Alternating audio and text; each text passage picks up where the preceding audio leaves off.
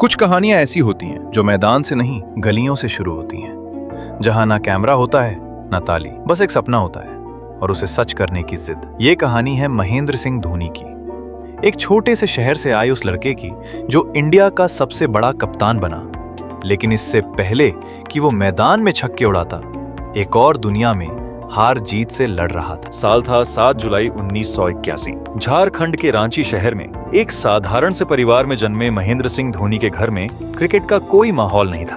उनके पापा पान सिंह मैकॉन नाम की कंपनी में जूनियर मैनेजमेंट में काम करते थे। माँ देवकी देवी एक सीधी सादी गृहिणी थी। धोनी के 2 बड़े भाई बहन हैं। बड़े भाई नरेंद्र सिंह धोनी जो MS धोनी से लगभग 10 साल बड़े हैं, जो अभी एक राजनीतिक और सामाजिक कार्यकर्ता हैं। जयंती गुप्ता MS धोनी की बड़ी बहन, जिनसे धोनी का बहुत खास रिश्ता है। धोनी की परवरिश एक मध्यम वर्गीय माहौल में हुई, जहां जरूरतें सीमित थीं, लेकिन सपने खुले आसमान जितने बड़े थे। शुरुआत में धोनी का झुकाव क्रिकेट की ओर नहीं था, उन्हें फुटबॉल से प्यार था। DAV स्कूल में वो एक शानदार गोलकीपर थे।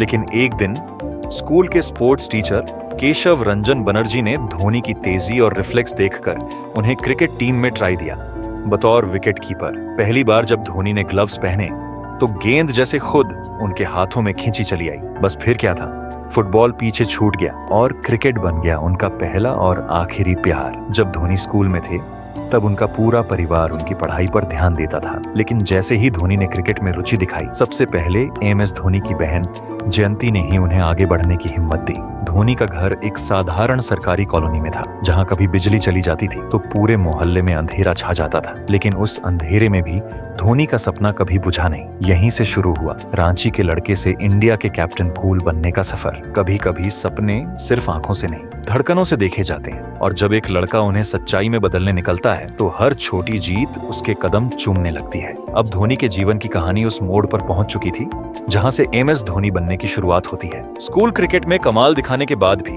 उन्हें कई लोकल टूर्नामेंट, क्लब मैच और जोनल ट्रॉफियों में खुद को साबित करना पड़ा। पहले खेला Cooch Behar trophy under 19 level Jharkhand की टीम से। टूर्नामेंट में धोनी ने 9 मैचों में 5 अर्धशतक, 17 कैच और 7 स्टंपिंग के साथ 488 रन बनाए थे। फिर धोनी को CK नायडू ट्रॉफी के लिए ईस्ट जोन अंडर 19 टीम में जगह मिली। धोनी ने 4 मैचों में केवल 97 रन बनाए।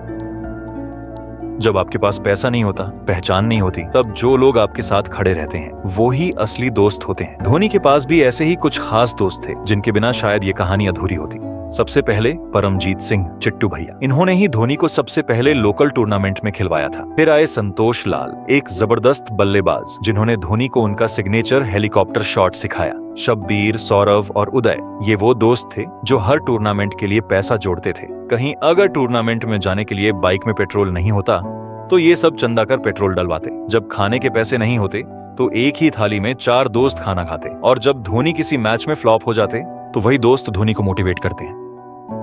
धोनी ने बिहार के लिए रणजी ट्रॉफी खेलना शुरू किया, लेकिन कोई उन्हें जानता नहीं था। न कोई बड़ा कोच, न कोई पावरफुल सपोर्ट। उस समय भारतीय क्रिकेट में मेट्रो सिटीज के खिलाड़ियों का दबदबा था। रांची जैसे शहर से निकलकर इंडियन टीम तक पहुंचने की कल्पना ही बहुत बड़ी थी।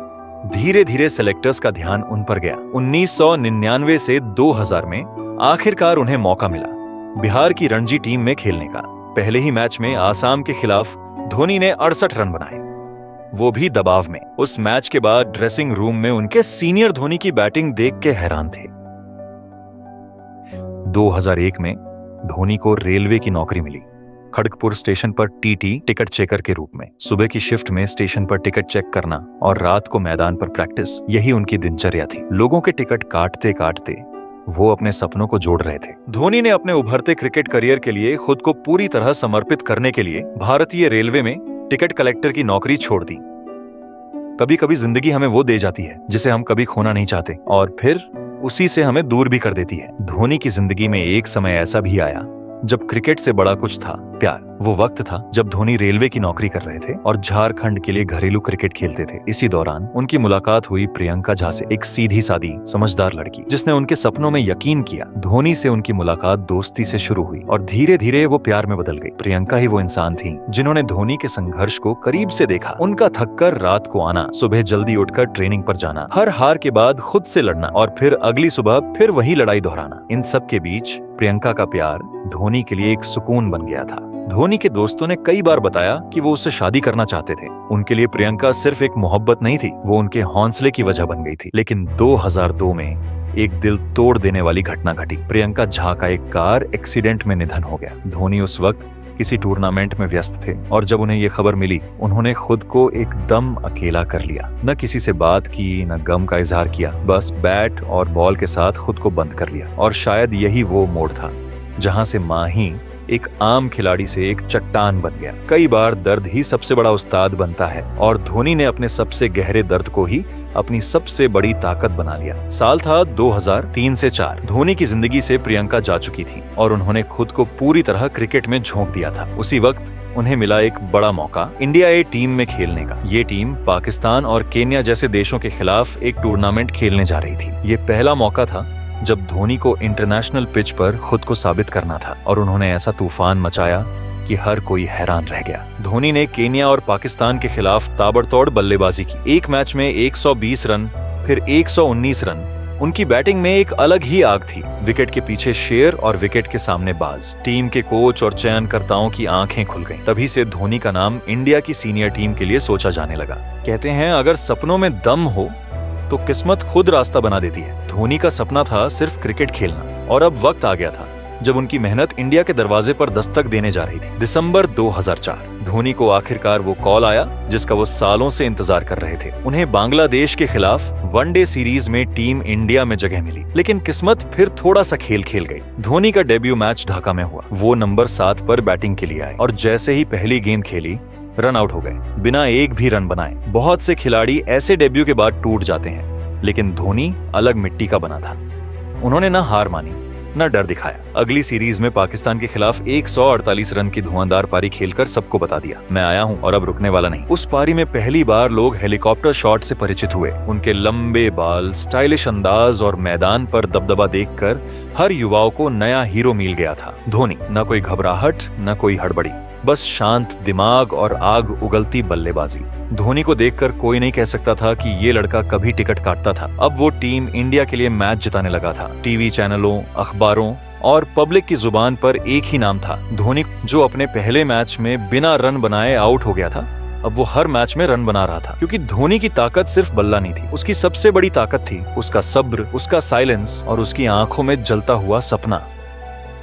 ओडीआई वर्ल्ड कप 2007, भारत की शर्मनाक हार। टीम पहले राउंड में ही बाहर हो गई। चारों तरफ नाराजगी, आलोचना और खिलाड़ियों पर सवाल उठने लगे। टीम के कप्तान राहुल द्रविड़ ने इस हार की जिम्मेदारी ली और चुपचाप कप्तानी छोड़ दी। बीसीसीआई के सामने अब सबसे बड़ा सवाल था, अगला कप्तान कौन? बीसीसीआई ने सबसे पहले बात की सचिन तेंदुलकर से। उन्होंने पहले भी कप्तानी की थी, लेकिन इस बार उन्होंने कहा, मैं अब कप्तानी नहीं चाहता, लेकिन मैं आपको एक नाम सुझाता हूँ, MS धोनी। सचिन ने कहा, उसमें कप्तान बनने की सोच है, वो दबाव को समझता है और टीम को आगे बढ़ा सकता है। बीसीसीआई ने फिर धोनी को T20 विश्व कप का कप्तान बनाया। ये उनके लिए पहला मौका था कप्तानी करने का और टीम भी बहुत युवा थी। युवराज, रोहित, इरफान, उथप्पा, हरभजन, कई लोग इस फैसले से हैरान थे। ना अनुभव न सीनियरिटी, लेकिन ये फैसला क्रिकेट इतिहास का सबसे साहसी और सही फैसला निकला। दक्षिण अफ्रीका में खेला गया पहला T20 विश्व कप और भारत ने शुरुआत से ही धूम मचा दी। पाकिस्तान के खिलाफ बॉल आउट इंग्लैंड के खिलाफ युवराज के 6 गेंदों में 6 छक्के, ऑस्ट्रेलिया के खिलाफ सेमीफाइनल जीत और फिर आया फाइनल मैच पाकिस्तान के खिलाफ। पाकिस्तान को आखिरी ओवर में 13 रन चाहिए थे और क्रीज पर थे मिसबाह उल हक। धोनी ने सबको चौंकाते हुए आखिरी ओवर के लिए जोगिंदर शर्मा को चुना। करोड़ों लोग टीवी पर दुआ कर रहे थे और जब मिसबाह ने स्कूप मारा, सीधे श्रीशांत के हाथ में कैच दे दी और भारत ने पहला T20 वर्ल्ड कप जीत लिया। पूरे टूर्नामेंट में धोनी की शांति, उनका आत्मविश्वास और उनका खेल पढ़ने का तरीका। कई बार लीडरशिप चुनी नहीं जाती, वो अंदर से निकलती है। धोनी ने सिर्फ ट्रॉफी नहीं जीती, उसने भारत को एक नई सोच, एक नई आत्मा और एक नई पहचान दी। हर टीम को एक कप्तान चाहिए होता है, लेकिन भारत को मिला था एक ऐसा कप्तान जो मैदान पर भी चुप रहता था और इतिहास भी बदल देता था। धोनी के लिए 2007 T20 वर्ल्ड कप जीत सिर्फ शुरुआत थी। इसके बाद जो हुआ वो भारतीय क्रिकेट का स्वर्णिम अध्याय बन गया। T20 वर्ल्ड कप जीतने के बाद BCCI ने धोनी को वनडे टीम का स्थायी कप्तान बनाया। 2008 में अनिल कुंबले के संन्यास के बाद धोनी को टेस्ट टीम की कप्तानी भी दे दी गई। वो सिर्फ अपने खेल और फैसलों से टीम को चलाता था। वो सीनियर खिलाड़ियों को पूरा सम्मान देता था। सचिन, द्रविड़, लक्ष्मण, सहवाग सभी धोनी की कप्तानी में कंफर्टेबल महसूस करते थे। धोनी ने यंग खिलाड़ियों को मौका दिया। गंभीर, विराट, रोहित, अश्विन, जडेजा, रैना, ये सब उसी के युग में निखरे। मैदान के शोर के बाहर धोनी की निजी जिंदगी में भी एक खूबसूरत कहानी चल रही थी। धोनी और साक्षी रावत दोनों रांची के DAV स्कूल में एक साथ पढ़ चुके थे, लेकिन बचपन में ज्यादा बातचीत नहीं हुई। साक्षी पढ़ाई में तेज, शांत स्वभाव की थी और धोनी उस समय फुटबॉल और बैडमिंटन में मस्त। दोनों की जिंदगी अलग अलग चलती रही और स्कूल के बाद संपर्क भी टूट गया। कहानी को मोड़ मिला 2007 के दिसंबर में, जब धोनी कोलकाता के ताज बंगाल होटल में ठहरे हुए थे एक मैच के दौरान। वहीं होटल में साक्षी इंटर्नशिप कर रही थी और कुछ ही पलों में पुराने रिश्ते की एक डोर फिर बंध गई। उस दिन की मुलाकात के बाद धोनी ने साक्षी से उनका नंबर मांगा, लेकिन वो नहीं मिला, तो उन्होंने होटल के मैनेजर से नंबर लिया। धोनी और साक्षी की बातचीत अब रोज की आदत बन गई थी। धोनी जब भी फ्री होते फोन करते। साक्षी ने कभी धोनी की स्टारडम को लेकर दिखावा नहीं किया और शायद यही बात धोनी के दिल को छू गई। जब दोनों ने शादी करने का फैसला किया, धोनी ने परिवार और कुछ दोस्तों की मौजूदगी में 4 जुलाई 2010 को देहरादून में शादी कर ली। न मीडिया को पता चला, न फैंस को। धोनी और साक्षी ने हमेशा अपनी पर्सनल लाइफ को सादा, शांत और निजी रखा। शादी के एक दिन बाद ही लोगों को पता चला धोनी ने शादी कर ली, लेकिन यही तो धोनी है जो मैदान पर हो या जिंदगी में हमेशा साइलेंट स्ट्राइकर। साल था 2008। IPL यानी इंडियन प्रीमियर लीग की शुरुआत हुई। उस वक्त हुई थी सबसे बड़ी बोली और सबसे बड़ा नाम था महेंद्र सिंह धोनी। CSK ने धोनी को 6 करोड़ में खरीदा, जो उस वक्त IPL इतिहास की थी सबसे बड़ी कीमत थी। लेकिन इस बोली से ज्यादा कीमती चीज थी चेन्नई और धोनी का रिश्ता। धोनी ने CSK को एक टीम नहीं, एक परिवार बना दिया। 2008 से 2013 तक CSK हर साल प्लेऑफ्स में पहुंची। 2010 और 2011 2 बार बनी चैंपियन। और फिर आया वो सपना जो पूरा होने में 28 साल लग गए थे। धोनी की कप्तानी में भारत ने 2011 वर्ल्ड कप खेलने की तैयारी शुरू की। टूर्नामेंट भारत, श्रीलंका और बांग्लादेश में हो रहा था और हर भारतीय की आंखों में एक ही सपना था, इस बार वर्ल्ड कप अपने घर आना चाहिए। धोनी की टीम ने शानदार प्रदर्शन किया। इंग्लैंड से टाई मैच, आयरलैंड, नीदरलैंड और वेस्ट इंडीज पर जीत हासिल की। क्वार्टर फाइनल में ऑस्ट्रेलिया को हराया, सेमीफाइनल में पाकिस्तान को मात दी और फिर फाइनल में भारत का मुकाबला श्रीलंका के साथ था। 2 अप्रैल 2011 मुंबई वानखेड़े स्टेडियम। पहले बल्लेबाजी करते हुए श्रीलंका ने 274 रन बनाए। जवाब में भारत की शुरुआत खराब रही। सहवाग 0, सचिन 18 रन पर आउट। फिर गंभीर और कोहली ने पारी संभाली और जब सभी को लगा कि युवराज आएंगे, धोनी ने खुद बैटिंग के लिए आना तय किया। धोनी ने नाबाद 91 रन बनाए और फिर आया वो ऐतिहासिक पल, वो शॉट, वो बल्ला हवा में और वो शांत मुस्कान। वो लम्हा इतिहास बन गया। भारत 28 साल बाद विश्व कप जीत गया था। सचिन, सहवाग, युवराज, हरभजन, धोनी, सारे खिलाड़ियों के आंखों में आंसू थे। वो लम्हा हर भारतीय के दिल में कैद हो गया। एक कप्तान वो होता है जो जीत दिलाता है, लेकिन असली कप्तान वो होता है जो तूफानों में भी खड़ा रहता है, बिना हिले, बिना बोले। धोनी के करियर में ऐसा वक्त भी आया जब वो सिर्फ क्रिकेट नहीं, भरोसे का चेहरा बन गया था। IPL का सीजन अपने अंतिम दौर में था। IPL 2013 के बीच में 16 मई 2013 को क्रिकेट जगत को झटका लगा। दिल्ली पुलिस ने राजस्थान रॉयल्स के 3 खिलाड़ियों को स्पॉट फिक्सिंग के आरोप में गिरफ्तार किया। एस श्रीसंत, अजीत चंदेला, अंकित चवन को फिक्सिंग के आरोप में गिरफ्तार किया गया। क्रिकेट जगत हिल गया, लेकिन यह तो सिर्फ शुरुआत थी। इसके कुछ ही दिनों में एक और बड़ा नाम सामने आया। CSK के टीम प्रिंसिपल गुरुनाथ मयप्पन पर सट्टेबाजी और अंदरूनी जानकारी लीक करने के आरोप लगे। पूरा मीडिया CSK और धोनी पर सवाल उठाने लगा। धोनी CSK के कप्तान थे। मीडिया का सवाल था, उन्हें मयप्पन की हरकतों की जानकारी क्यों नहीं थी? टीवी चैनलों पर डिबेट्स शुरू हो गए। क्या धोनी भी इसमें शामिल है? क्या वो मयप्पन को बचा रहे हैं? 2013 चैंपियंस ट्रॉफी से पहले एक प्रेस कॉन्फ्रेंस में एक पत्रकार ने धोनी से मयप्पन पर सवाल पूछा। BCCI ने मीडिया को मना कर रखा था, फिर भी सवाल उठा। धोनी बस शांत और चुप रहे। कुछ लोग कहने लगे सच छुपा रहे हैं, लेकिन जो असली बात बहुत लोग भूल गए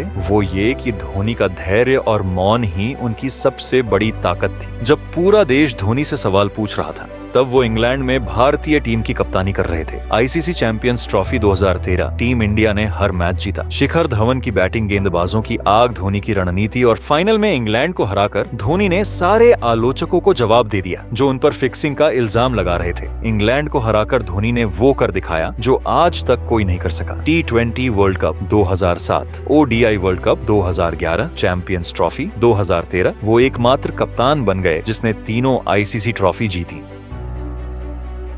लोधा कमेटी की जांच के बाद CSK और RR दोनों पर 2 साल का प्रतिबंध लगा। मयप्पन को लाइफ टाइम बैन मिला। धोनी ने राइजिंग प्यूने सुपर जायंट के लिए खेलना शुरू किया। 2016 फीका रहा। 2017 में टीम फाइनल तक पहुंची लेकिन हार गई। इस दौर में धोनी की नेतृत्व क्षमता पर सवाल उठे। उन्हें कप्तानी से हटाया गया। सोशल मीडिया पर आलोचना बढ़ी लेकिन धोनी का चेहरा वैसा ही शांत रहा। न प्रतिक्रिया, न प्रतिशोध, बस काम करते जाना, यही उनकी परिभाषा थी। कुछ रिटायरमेंट शोर में होते हैं और कुछ सन्नाटे में इतिहास बनाते हैं। धोनी का करियर सिर्फ मैदान की कहानी नहीं थी। ये एक ऐसा अध्याय था जो बिना किसी शोर के खत्म हुआ। जैसे सूरज डूबता है लेकिन रोशनी छोड़ जाता है। नी जान चुके थे कि विराट कोहली अब तैयार हैं। वो नहीं चाहते थे कि 2 कप्तानों के बीच तुलना हो। उन्होंने कहा, मैं अब टेस्ट टीम का भविष्य कोहली के हाथों में छोड़ना चाहता हूँ। ये था धोनी जो ईगो से नहीं, देश के फ्यूचर से फैसले करता था।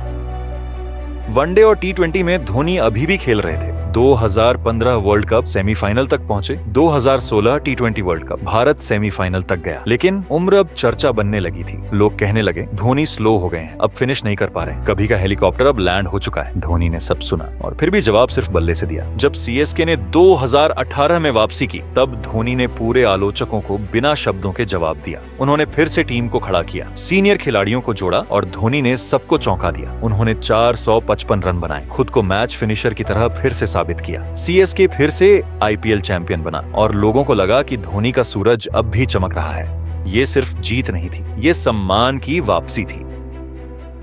10 जुलाई 2019 Manchester world cup semifinal. Bharat 5 wicket पर 92 रन पर था। हार सामने थी लेकिन धोनी मैदान में थे। धोनी ने धीरे धीरे जडेजा के साथ साझेदारी आगे बढ़ाई। फिर आया वो पल जब उन्होंने छक्का मारा और अगली ही गेंद पर रन लेने निकले, लेकिन मार्टिन गप्टिल का direct hit Dhoni run out हुए और कैमरा ने उन्हें जाते हुए पकड़ा। धोनी का झुका सिर, भारी चाल और सन्नाटा। करोड़ों लोगों के मोबाइल और टीवी पर सिर्फ एक ही सवाल था, क्या ये धोनी का आखिरी मैच था? लेकिन जवाब फिर नहीं आया। अगले 1 साल तक धोनी ने क्रिकेट नहीं खेला। ना कोई इंटरव्यू, ना प्रेस कॉन्फ्रेंस, ना संन्यास का ऐलान। फैंस रोज सोशल मीडिया पर पूछते रहे, क्या माही वापस आएंगे? लेकिन धोनी जैसे मानो शब्दों से रिटायर हो चुके थे। 15 अगस्त 2020 इंडिपेंडेंस डे शाम के 7:29 इंस्टाग्राम पर एक वीडियो अपलोड हुआ। वीडियो में पीछे बज रहा था, मैं पल 2 पल का शायर हूँ, और कैप्शन था, thanks a lot for your love and support through out.